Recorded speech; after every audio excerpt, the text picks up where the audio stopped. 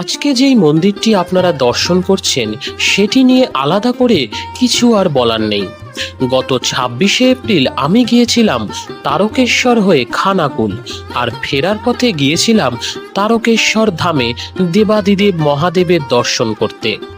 বিকেল 4টে নাগাদ দর্শন করেছিলাম, পুজোও দিয়েছিলাম।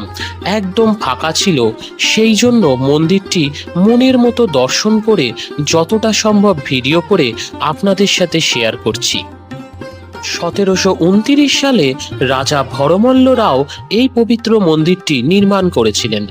কথিত আছে রাজা একটি ঐশ্বরিক স্বপ্নে দেখেছিলেন যেখানে ভগবান শিব জঙ্গলের মধ্যে লুকানো একটি শিবলিঙ্গর কথা ওনাকে বলেছিলেন।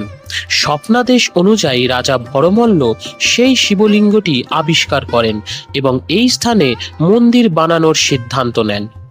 বাংলার আটচালা স্থাপত্যের এই মন্দিরটির ওপরে রয়েছে একটি উঁচু মিনার এবং সামনে রয়েছে একটি সুন্দর নাট মন্দির। মন্দির সংলগ্ন পবিত্র যে জলাশয়টি তাকে পবিত্র দুধপুকুর বলা হয়। বহু বছর ধরে ভারতের অন্যতম বিখ্যাত এই শিব মন্দিরে হাজার হাজার ভক্তের সমাগম ঘটে।